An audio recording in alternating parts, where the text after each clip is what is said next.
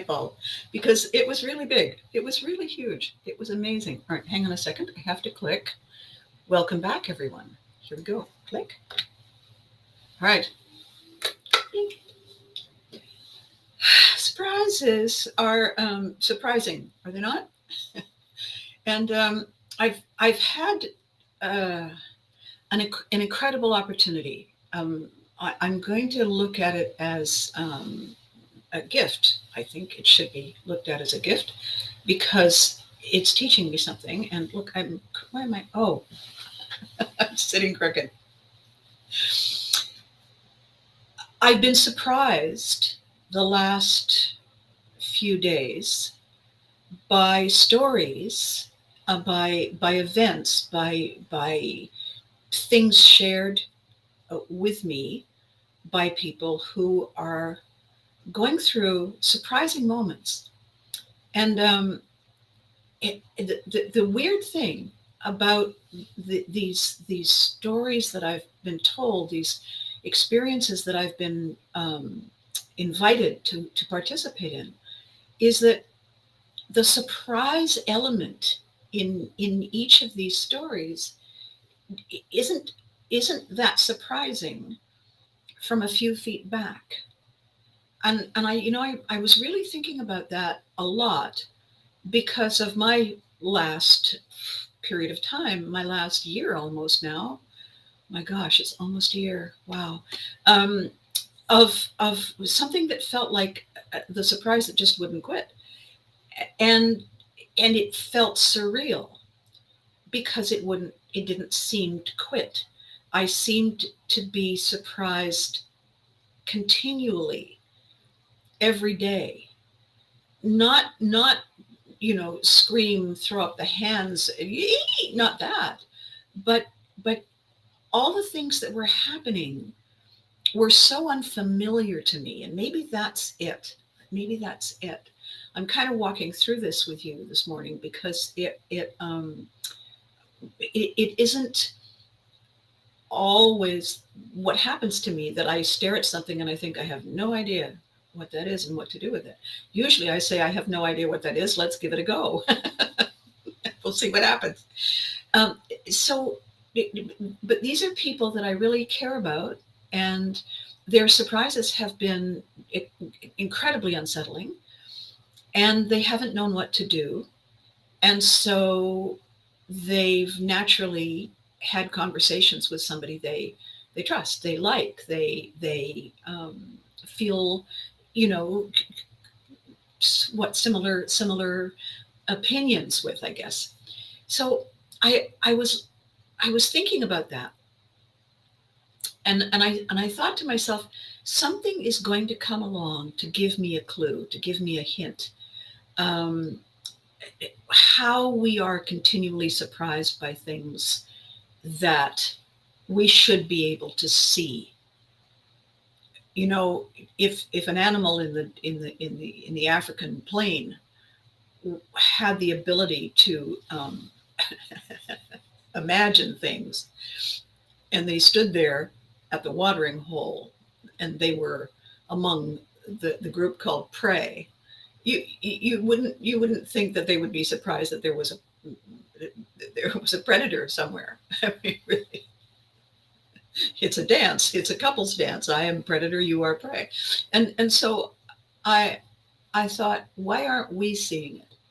Why aren't we seeing the things that are coming that are predictable, or if not predictable, um, let's say um, probably inevitable. Is that the same thing? Might be the same thing. I'm sorry. I'm kind of unclear on this because it is such a puzzle to me. Why and how I remained surprised for 10 months and then continue to remain surprised. Yesterday there was another one. I looked at it and I thought, um, really? And yet it wasn't surprise. It was okay. I'm going to tell you what happened. So instead of just dithering around about this. I have run into complications and reversals of fortune and speed of execution in the aftermath of the loss of my lovely friend Dave. And the roadblocks I've hit have been legal, and I'm not I'm not in legal trouble. It is the process, the legal process. Now the car is going to have a crash. Why is the car having a crash? What am I doing? There we go. The legal process is not smooth in the aftermath of the death of someone. Even though what the people do who work in that field is exactly the thing that does not seem to be going smoothly, that this would be their daily job, they seem overwhelmed by it. And they seem overwhelmed by it in remarkably dumb ways to an outsider, to somebody who has no idea, has never been there before. And when I say remarkably dumb, I mean back in the mom days when mom would this one, this picture, this one here, that look, yeah, I I now have two little lines in the middle of my forehead here between my eyebrows from this picture, this look, for months on end.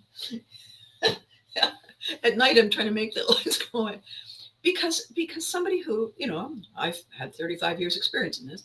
Really, good morning, Charles. You have none of it good, I take it. Well, good on you to continue trying 35 years of getting it not exactly swell.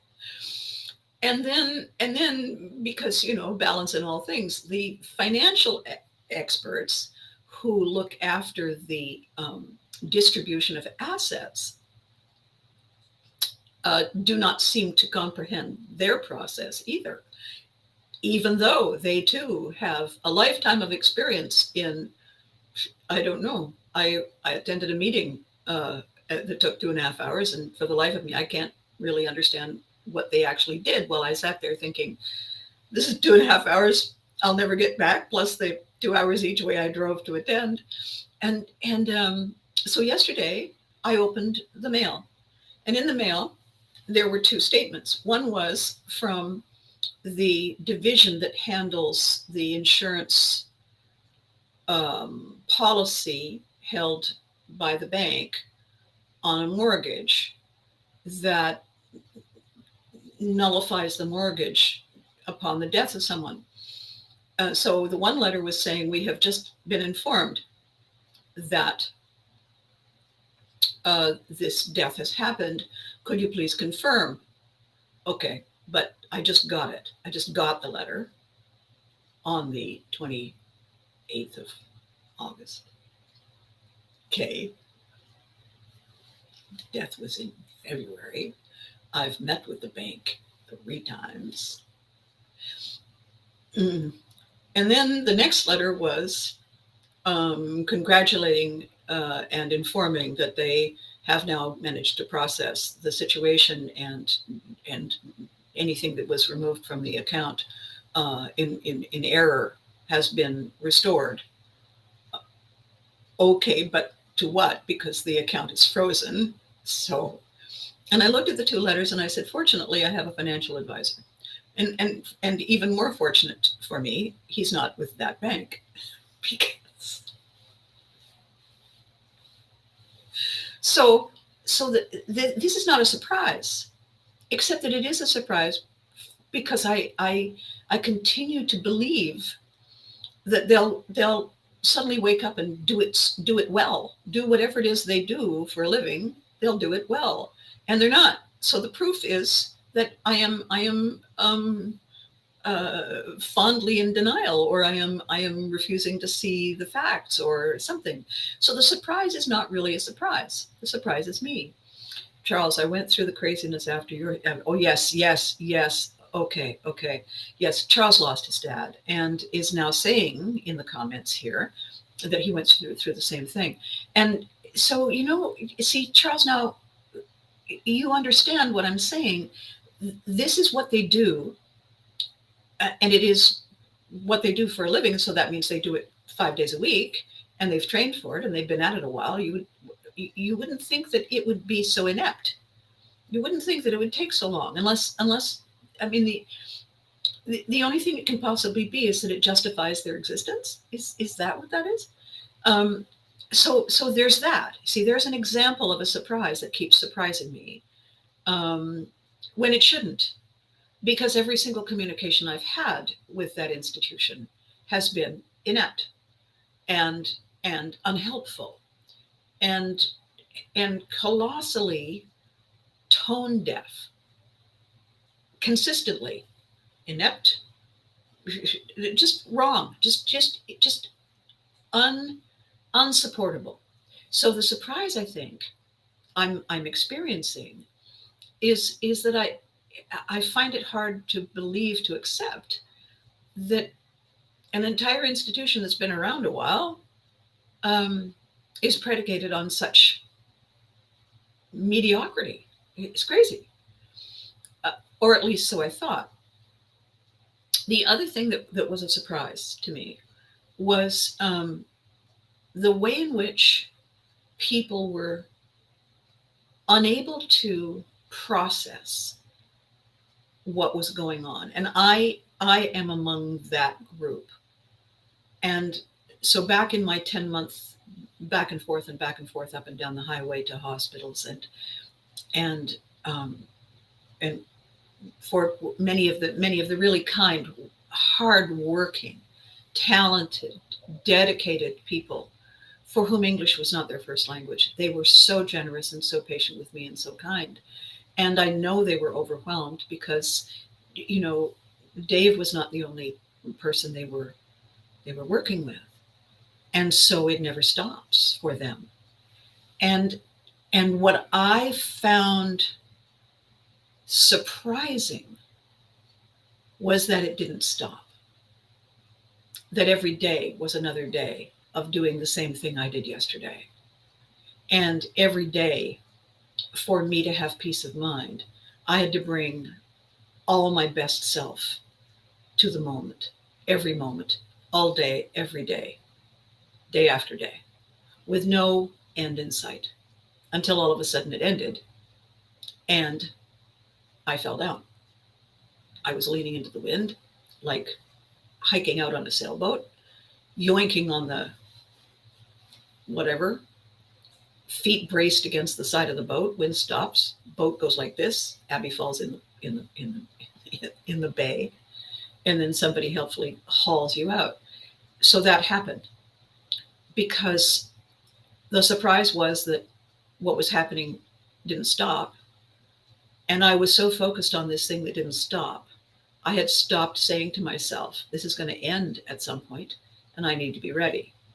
I had no capability of putting my head there because I was 100% focused on this thing, this whatever this was. I had never experienced in my entire life, ever. And military kid, showbiz kid. I mean, there's a lot of uncertainty, all through COVID, all kinds of surprising things and rules, and it's do it this way now, do it that way now, do something else. All of that, all of my life's experiences had not prepared me. And I kept thinking to myself, why not? If it's my life, why didn't I prepare me?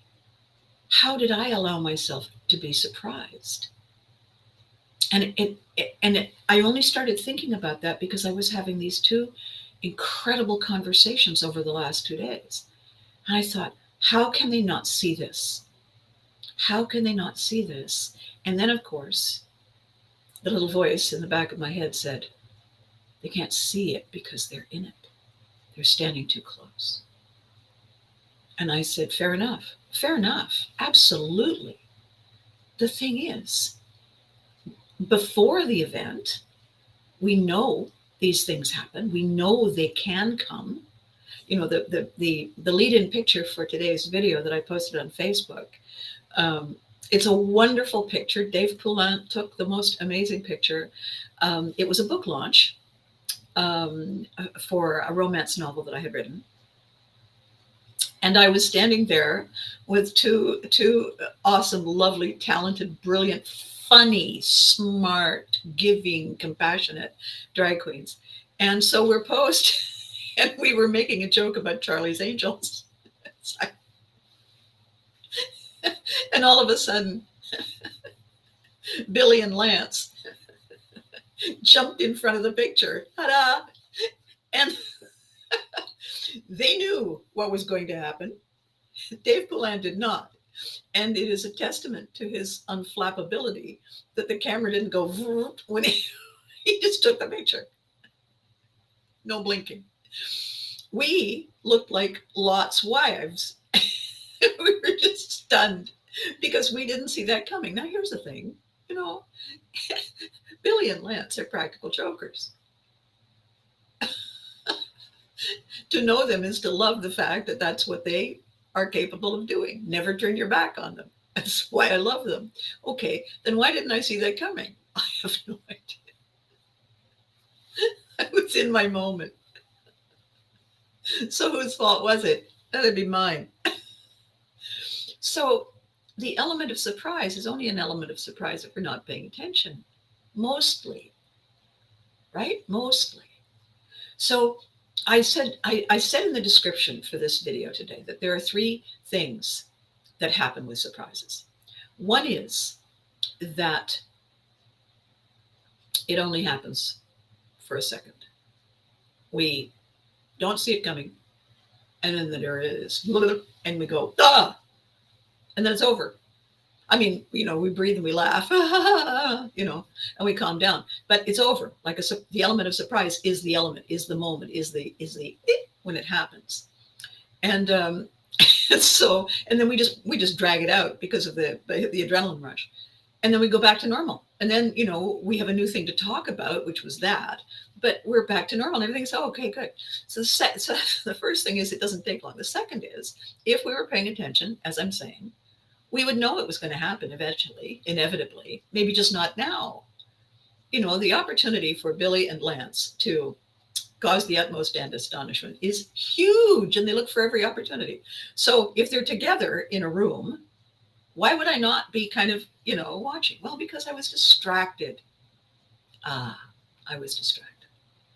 And the third thing about surprises is this, and this is really, I have a feeling that, if you're watching this, I have a feeling that this third thing, first two are probably going to hit you and you're going to go, yeah. The third one is this. When the surprise does not go away,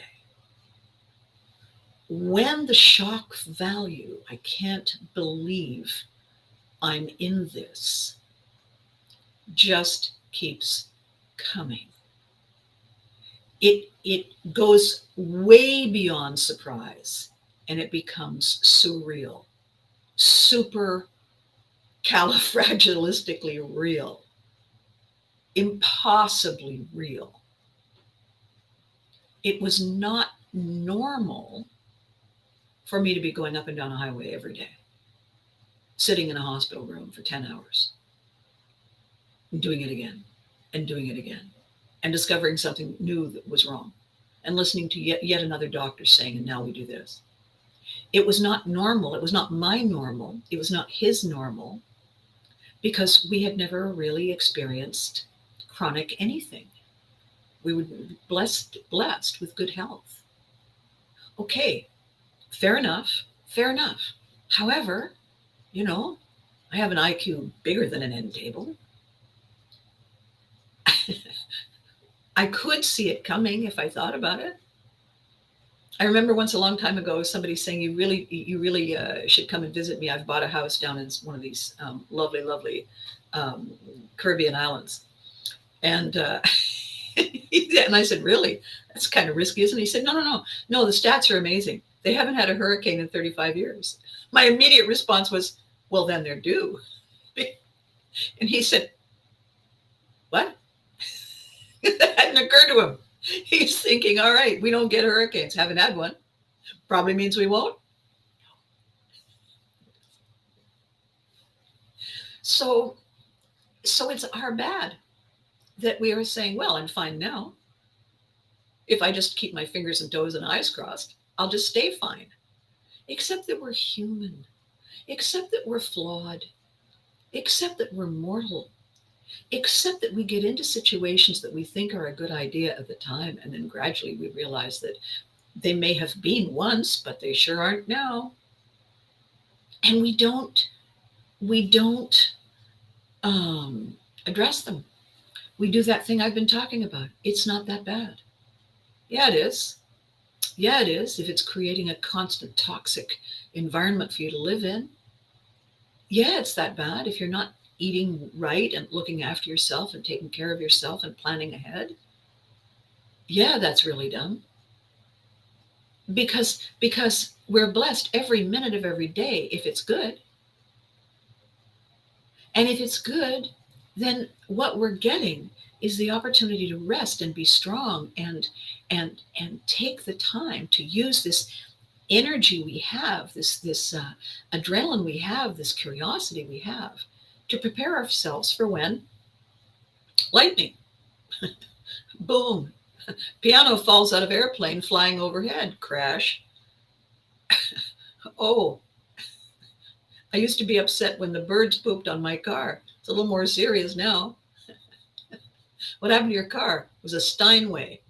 What happened to the car? Probably the warranty when it's covered.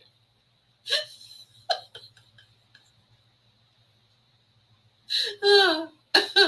So if it's not covered, if you read the fine print, or you didn't read the fine print, or you couldn't be bothered, oh, I see. And now you're surprised. And the reason I'm saying it like that, and the reason I'm smiling is because this incredible new car that I have, that I thank you, thank you, thank you. You know, I bit the bullet and I said, okay, I'd like to wait, but I'm just not comfortable with that former car, that old car. And I got it and I drove the car one last time, the old car one last time. And the next time somebody drove it, the back two wheels seized and the fan belt snapped. The next time, here's me listening to the sound of the bullet I dodged going by my head. Why didn't I plan for that? Well, I was kind of planning. I mean, I'd test driven the car and I'd said tentatively yes and give me a couple of days. And I'd taken the old car for a drive and the brakes were scraping noises and there were weird clunky noises under the hood. And I thought, okay, you know what? I just don't have a bad feeling. But I could have done that joke thing. I could have put Band-Aids on the dashboard where the lights were on. I could have done that. And then I would have ended up by the side of the road. Surprise. You see what I'm saying? You see what I'm saying? We do know things come. And we tell ourselves we're busy. Oh, I know. Oh, I know. Gosh, I know. I have to take care of that. And we don't. I have this pile of papers on the desk and I said to myself, okay, this is it. I have stalled long enough. Deal with them. I did that last night. I, I dealt with the pile of papers. You know how long it took me? I have postponed dealing with that pile of papers since March. You know how long it took me? 20 minutes.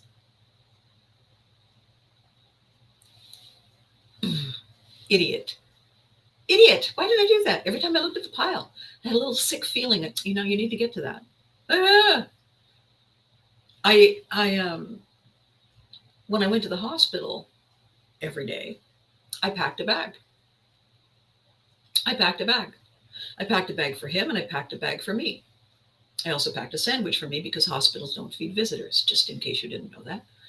And the bag for me was overnight stuff. Why?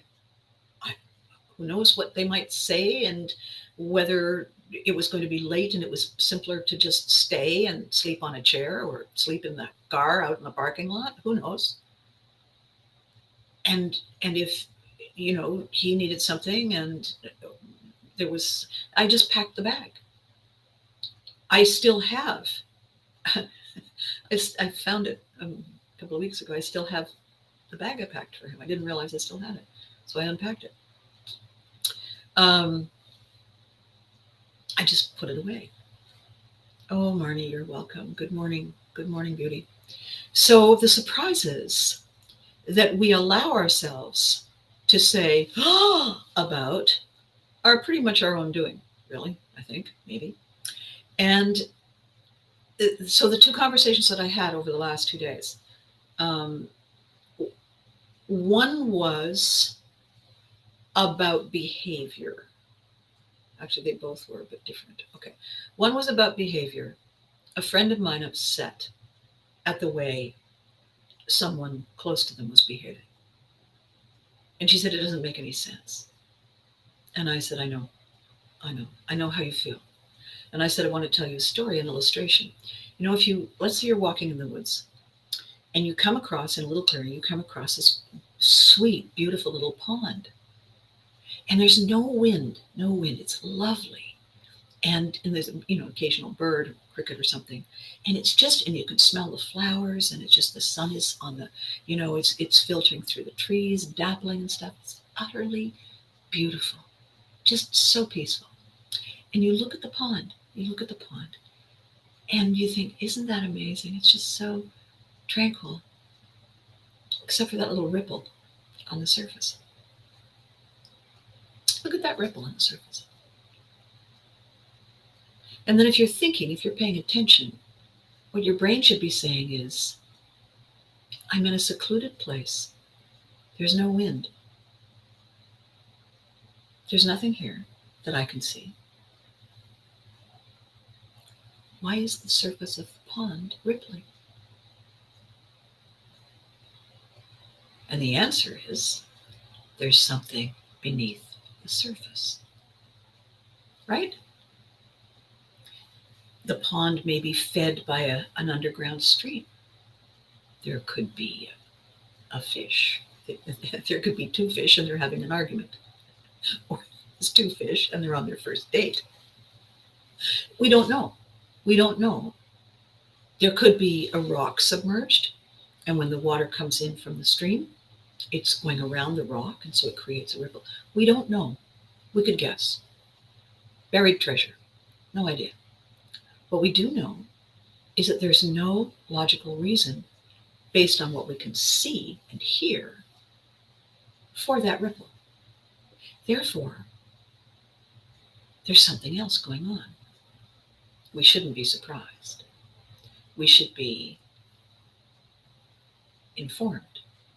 Look at that. It's a hint. It's a sign. We have something else to explore. And when I said this to my friend, she said, okay, so yes, I get it. What is it that I can't see? And I said, I have no idea. Let's talk about it. And it took a while. She was saying there's this and there's that. And then she said something and I said, oh, wait, what? Say that again? And she said, well, every time this, that. And I said, that's your hidden thing. That's the cause. That's the cause of this. Has to be. There's nothing else. That's the cause. Let's go look at that. Let's go look at the root cause. They talk about there's two levels of thing to look at when there's an injury or a difficulty. The person who says I have this terrible headache, and you say, oh my God, I get those too. Is it a migraine? No, I never get migraines. Oh, I'm so sorry. So listen, how about a cold cloth, or maybe one of those over-the-counter things? Maybe just lie down. Are you stressed about anything? No. Huh? Weird. Just out of nowhere. Yeah. Amazing.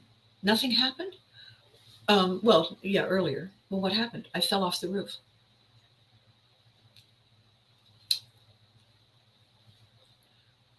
Not for nothing. What were you doing on the roof? Oh, trying to fix this, and I lost my footing. I fell. Fortunately, I fell on a pile of leaves, and there was nothing under the leaves, but I banged my head. Okay, so now we know why you have a headache. Maybe you should go to the clinic. You see, if we don't take the time, if we don't have the time, if we make ourselves busy, if we make ourselves distracted, if we think we can multitask and end up doing many things badly, we don't prepare for what is inevitable. Inevitable. The second conversation I was having was with one of my former kids, one of my former TV kids, one of the lovely.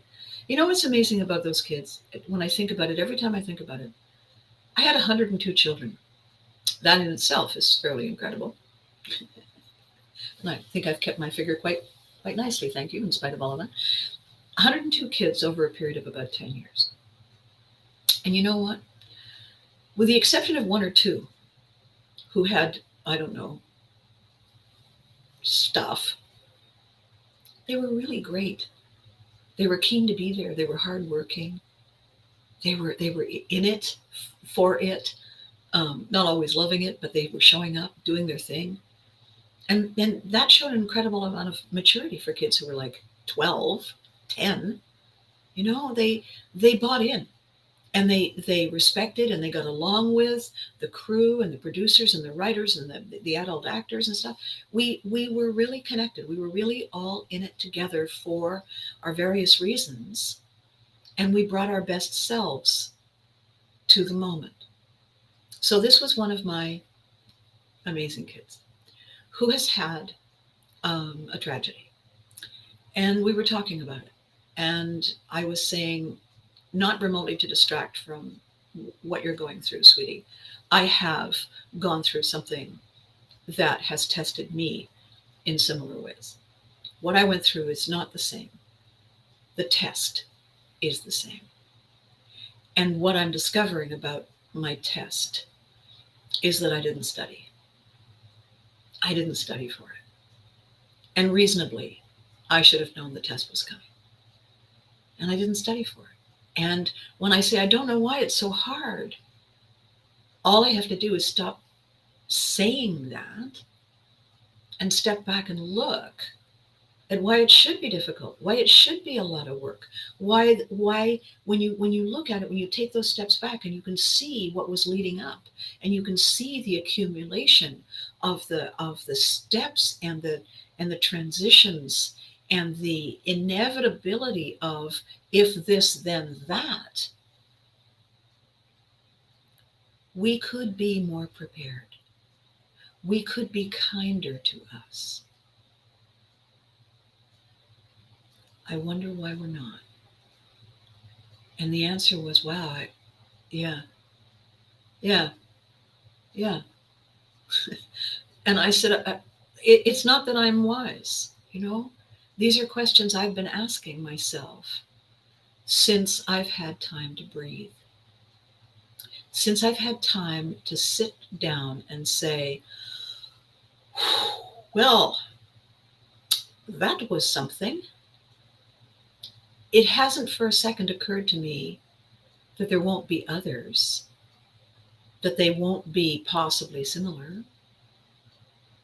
It's just I have this breather. I have this moment to say, oh, alrighty then. I think I'll put my foot up. I think I'll put both feet up. I think maybe I won't just go out randomly for no particular reason today. I think I'll just take a pass, lie face down on the kitchen floor because the tiles are so cool. And how did I not see it coming? The answer is, I wasn't looking. A military brat, a showbiz veteran, a survivor of catastrophic losses, did not see it coming. How firmly closed were my eyes, ladies and gentlemen, boys and girls, humans of all shapes and sizes? What the hell was I thinking? And the answer, of course, is that I was not. The answer, of course, is that I had hit a career wall, and I'd found a way to go away and heal. And then I had stayed in that place, in that state, long after the healing had happened. And I stayed there. Why? Because it was easy. Because it was easier than saying, okay, I'm good. Let's make sure I'm okay. And then let's get in there again. Let's do this again. All I had said was, Let's do this again. I hadn't prepared. I hadn't prepared, in spite of the fact that I know perfectly well that you need to prepare. I was a girl guide. Be prepared. You know what I did as a girl guide? They make you go camping. I took one look at what camping was when I got there and I said, okay, how quickly do I never have to do this again? Well, you have to pass all the badges. Fine. What are the badges? And I methodically went through and earned every one of them. So that at the end of that summer, when kids are saying, oh, we really miss you, I'm saying, where's the car? Home, James. Every part of me, I'm how old am I? 12? Every part of me is saying, why do I have to do this? I have a house I live in. Why do I have to live in a tent? Why do I have to go into the lake in cold water to wash myself in the morning? I don't care that might be good for me. That just sucks. Make a first of all, dig a grease pit. That's nice. Dig a grease pit and put rocks in it, and then you get the sticks, and you put the sticks and you make a thing, and then you can hang something over it. And you put the pot in the thing, and you learn how to cook, and where you pitch the tent so that the prevailing wind doesn't go in the tent, and when you're cooking, the smoke doesn't go in the tent. I learned all this stuff when I was 12. Yeah, why? Because I'm never going to do it again. And if I somehow find myself in a place where I have to do it again, I'm going to do it as fast as I possibly can so I can get the hell out of there and go to a resort where there's room service. Air. That's my thing. So this is me. This is me saying, okay, that sucks. That's awful. Not only is it awful, all I got was this t-shirt. Yeah, well, I tried the shirt on. It makes me look fat. Burn the shirt. Moving on. Next. I have those resources. I am not the single most resourceful person, but I'm pretty darn resourceful. Really? Among my peers, I look like this actress. I look like this actress and I look kind of, oh my God, I can't believe that you know how to camp. I mean, look at the shoes you wear. I wear them so that people won't invite me camping. Preemptive strike. What do you call those shoes? Preemptive strike. Where would you rather be? Somewhere where there's service. Don't you like roughing it? No. Why not? Because I've had to. See, when you have to, it's not an adventure. Let's live off the grid. No, no, no, no, no. So if I know all these things, it's so funny. It's funny, not funny. Marnie Edwards has joined and is watching the video live, and it's so lovely that she is. Here's the thing. Marnie and I go back a long way. And every single thing I'm saying, I guarantee you, Marnie is laughing, saying, this is exactly true. Abby's not inventing stuff. This is not therapy that she learned at some highfalutin college. No, no. No, these are the debriefing notes from the last 50 train wrecks that Abby has been involved in. Are you a survivor? Apparently. Did you choose it? No, not consciously. It was too busy running.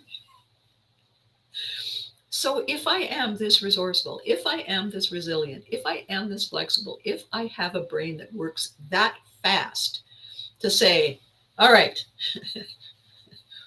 hang on, there.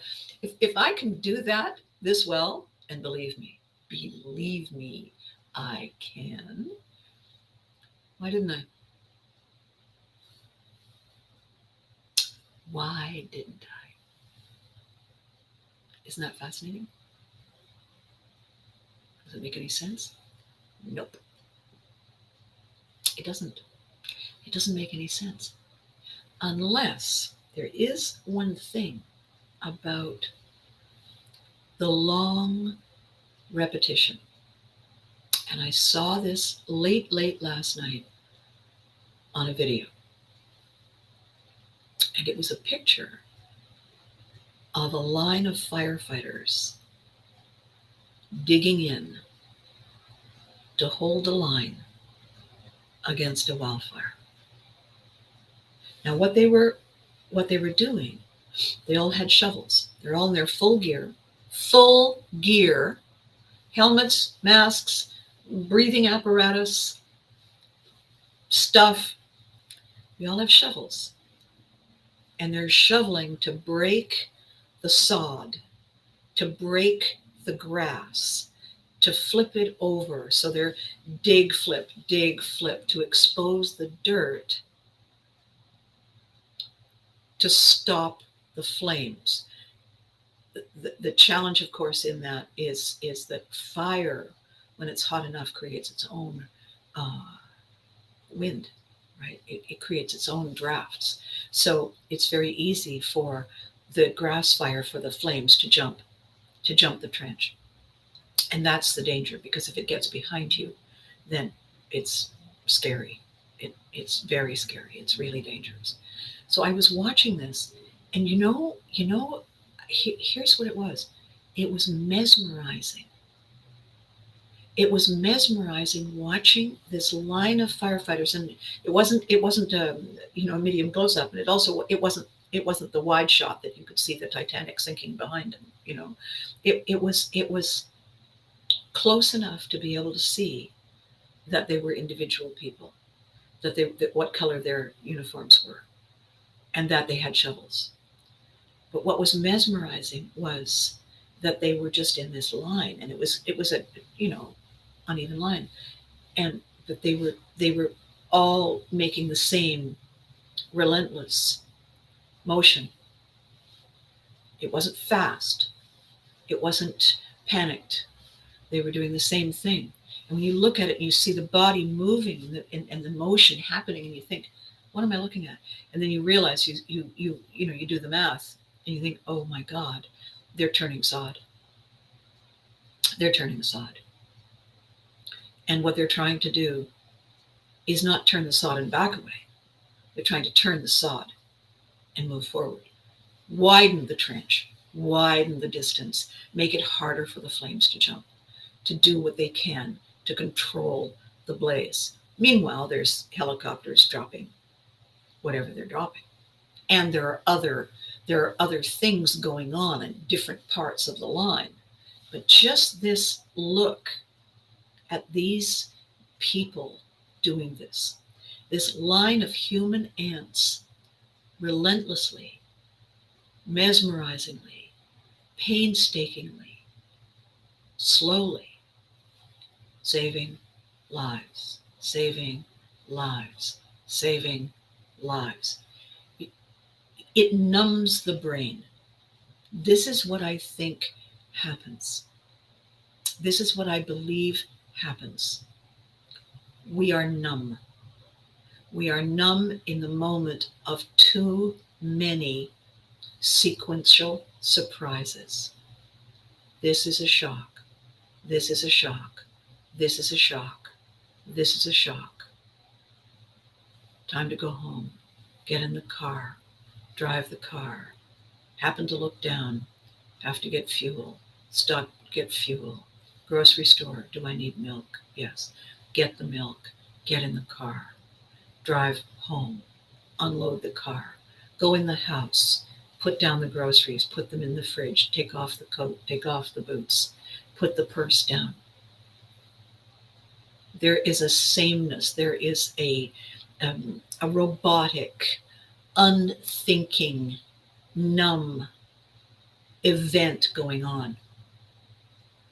We are overwhelmed by sensory overload. On a different note, on an up and sweet and funny note, Fanaticon, that was on the 13th. So, oh gosh, it's already 2 weeks ago. You see people walking around an event like that, and you have toys, and you have bright lights, and you have costumes, and you have music, and you have all kinds of people walking around looking like the side of a mountain, and you have children all dressed up and excited, and you have candy and you have food, and it is sensory overload. And what happens every time, it's funny. It's funny and remarkable, and it's a lesson. It's a lesson that I know, and I had set aside and I had forgotten. When they come to my booth, I don't really, that Sesame Street thing. One of these things is not like the others. It'd be me. I mean, I I don't belong. I am not one of those places with collectible toys. I don't do soldiers. Well, I mean, I don't collect or sell or keep or maintain. Anyway, my dad was a soldier. Um, Man in uniform. I don't do collectibles, and I don't have the faintest idea about comic book heroes, and I don't have any working knowledge of science fiction adventure films or TV series. None. Hitchhiker's Guide. No idea what that is. Why is there a blue phone box over there? No clue. No clue. What am I doing there?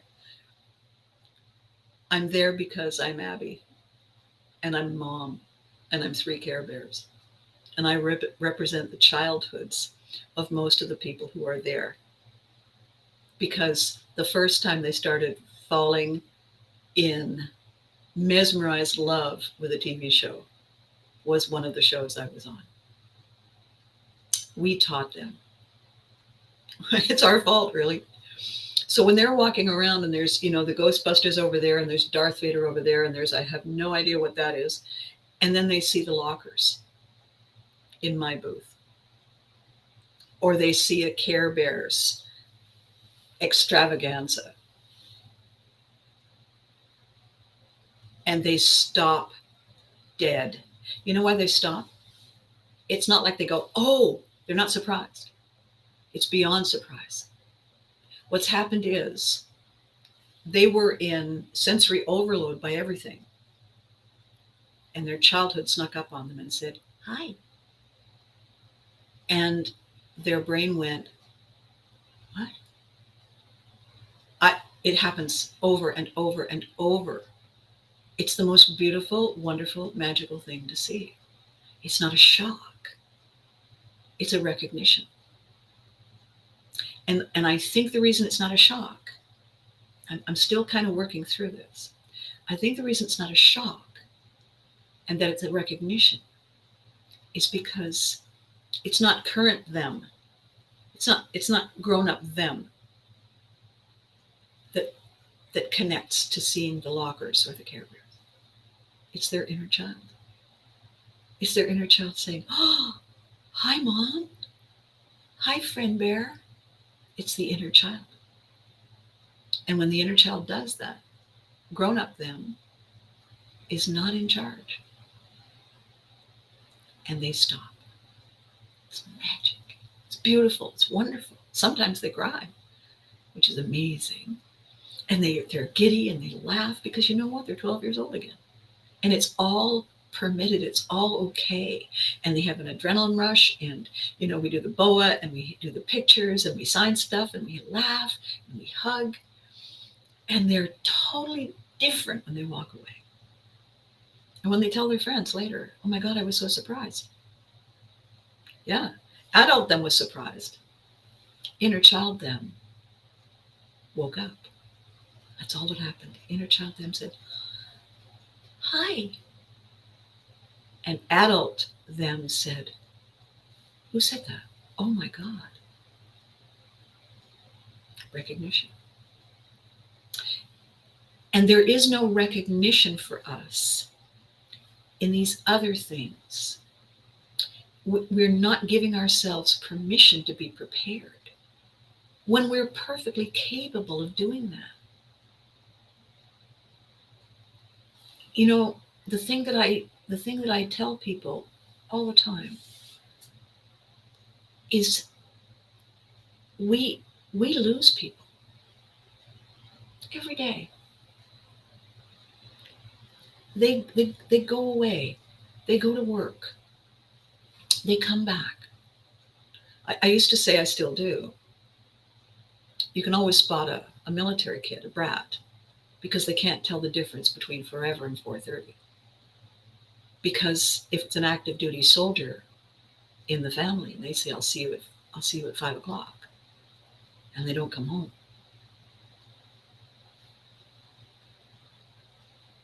it's a distortion on time that we're never quite good with. We're never quite sure where our house is. We know where home is. Home is where our people are. But the house, this particular current house that we happen to be living in, we're never entirely sure. Why? Because if we're not paying attention, if we drive home on autopilot, we're perfectly capable of turning at the corner of something that had relevance five lives ago. turn there, and then park, and you find yourself parked in front of you have no idea where you are. And you sit there and you think, what the hell? And then it hits you. Oh my God. And then you have to figure out, because you weren't paying attention. This is a subconscious brain's doing it. You're not paying attention. Where the hell? How did I get here? You have to try and trace your way back through the corn maze to where oh yeah, oh, here I go. Or you use your phone and figure out, where am I? You say to the phone. Phone says, I have no idea. Phone says, what is wrong with you? Smartphone. Can you imagine the smartphones talking to each other? Honestly, you would have no idea what I went through today. Really, you two? So here's the thing. Surprise is only surprise when we forget that it's going to happen. Oh my God, the sun went down. I closed my eyes for half an hour. It's dark. I went into a movie theater at 3 o'clock in the afternoon. I came out 3 hours later in November. The sun was bright when I went in. It's dark when I came out. Gelsa breeze. Oh my God, it's dark. Why are we surprised? No idea. Because we're not paying attention. We're not paying attention. We're not paying attention to the tough stuff. Why not? Well, because it's tough. We don't want to. Yuck. How many times do you open the fridge and say, I really have to clean that? Oh, I know. Somebody's watching and saying, well, then I clean it, Abby. Don't you? Clearly not. Why? I don't know, because I'm distracted, because I'm thinking about something else, because I would rather be doing something else, because I don't want to be focused on something that's unpleasant. Why do I stall? I waited 3 months to do something that took 20 minutes. What the hell was up with that? Because it was unpleasant. It wasn't terrible. It didn't inflict pain. I didn't get a paper cut. It didn't cause me to break into tears and sob brokenly. It was just unpleasant. So I didn't want to do it. So I put it off. And then it's just sitting there muttering. I can hear it muttering under the pile of the other stuff that I haven't done either. Why don't we just do it? No idea. We don't want to. Okay, fair enough. The point is this, my loves. If we are surprised, it's on us. And if we don't like surprises, then we get to fix it. We get to preemptively strike. We can still be surprised, sort of. However, if we do a little profiling of the people around us, we might be less surprised when they do something that causes us the utmost damned astonishment. Oh, yeah, that's right. That's what they do. Yeah. Huh. Who saw that coming? Well, me, if I'd been paying attention. So the hard thing about this, and this happens in every generation, it happens to everyone at some point, and we know it, and we are not readying ourselves for it. And as a result, we are allowing ourselves to go through a lot of unnecessary pain. Things break. Sometimes we can fix them. Sometimes we can't. We know this. Living things have a lifespan. We know this.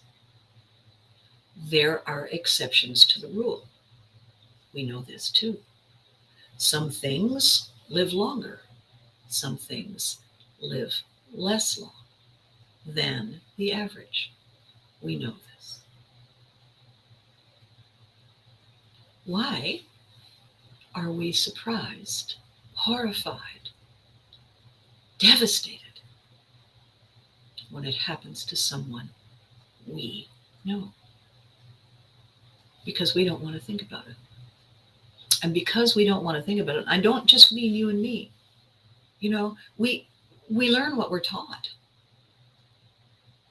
And they learn what they were taught, and they learn what they were taught, and they learn what they were taught. And nobody is teaching us the value of preparing for these things. Nobody is preemptive striking. Why not?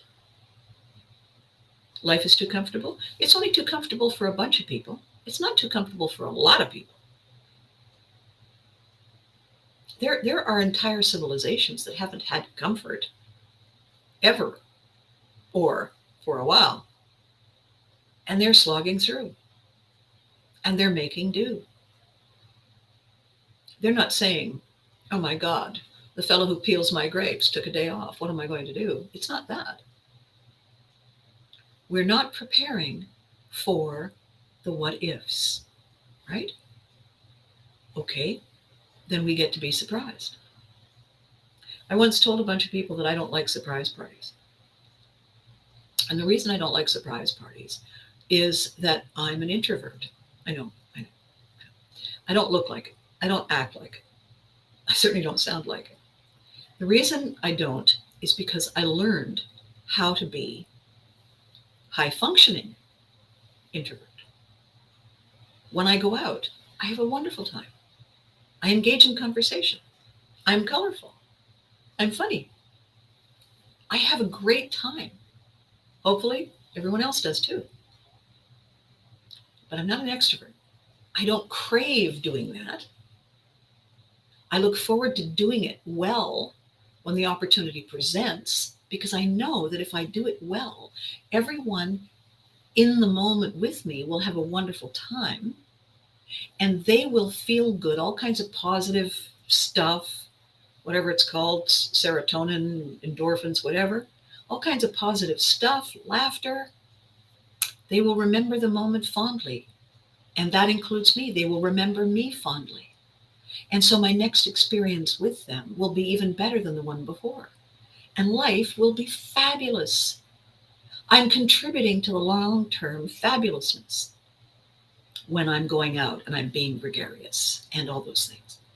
At the end of it, I come home and I say, whew, wow, that was amazing. And I'm exhausted in a good way, because I'm not a natural extrovert. I'm a high-functioning, highly trained, polished, skilled introvert. I plan so it goes well all the time, every time. Surprise parties are usually organized by people who don't plan. In my experience, surprise parties are a train wreck. And in my life, I have either been witness to or unwilling participant in enough of them, thanks, that I don't need to voluntarily go into another one. And one day I had been having a very complicated day, and someone had said, okay, don't be mad, but they're doing a surprise party for you. And I said, that's a shame.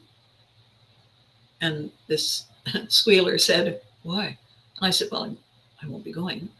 You have to go. And I said, no, I don't. Well, if you don't go, they'll know I told you. Okay, fine. I did not say sucks to be you. That's unhelpful. I said, okay, fine, I'll go. But I'm not staying. Why not? Because I don't like surprise parties. So when I went, because it was the right thing to do. And I said, here's what I need to say. I need to say thank you for caring, and bless you for caring. And now I'm going to love you and leave you. And I want you all to have a great time. And I was leaving. And the mutineer who had decided to do it anyway, knowing that I don't like surprise parties, came after me. You can't leave. And I said, I can. Well, no, it's your party. And I said, no, honey, it isn't my party. It's your party. It's your surprise party. The subject of the surprise party is me. It's not my party. And I'm, it's like, guess what we got you? Liver. Okay.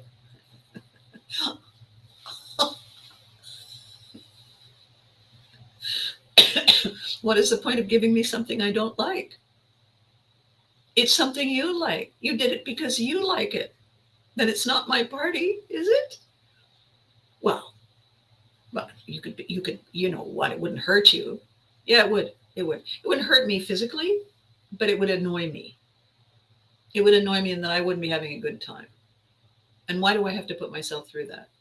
For you, when you knew better. What you needed to do was say, we want to give you a surprise party. And I would say, why does it have to be a surprise? Because everybody likes a surprise. Okay, so let's pretend that I thought it was a surprise too then. Okay? And then everybody else goes, oh, she was so surprised. Okay, good. Then I'll help you. But don't spring it on me. Don't do that. Why don't we talk to each other about these things?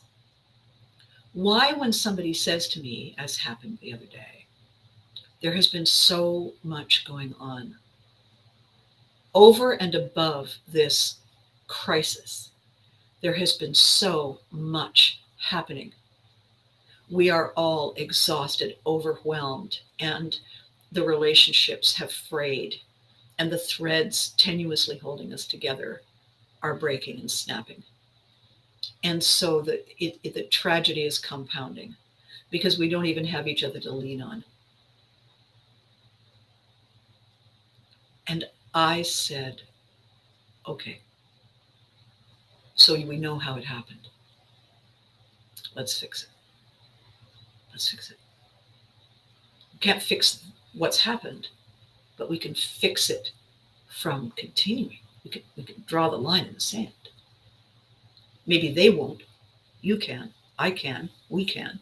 Draw the line in the sand. Say, whatever that is, we're not doing that anymore. Whatever trigger this is, we're not pushing it or pulling it. It's now inert. There is no trigger from us. It stops just on the other side of us, there. Now, with it stopping there, we then have to teach ourselves not to indulge in asking over and over, but why, but why, but why? It's unhelpful. Doesn't change anything. Questioning the why behind the past is a distraction from fixing the present. It could be helpful eventually as a debriefing to try and preempt for the future. But in this moment, the healing moment, we need to get rid of the surprises that are distracting us. We need to focus on what we can do, what we're good at, what our superpower is, right? We need to lean into that. In the last month, 6 people close to me, beloved to me, having the same thing happen. Having this same conversation with me. I didn't see why we are frozen, why we cannot pull ourselves out of the robotic state until I saw those firefighters in that video last night.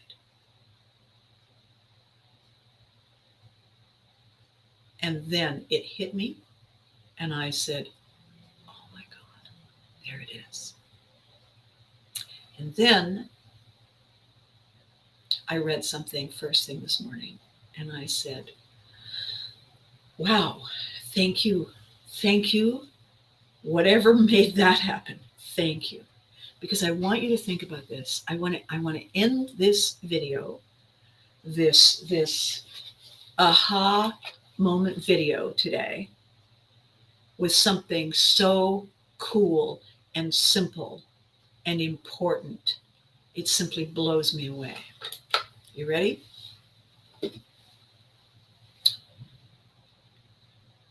When a thing happens that is catastrophic, we have a choice.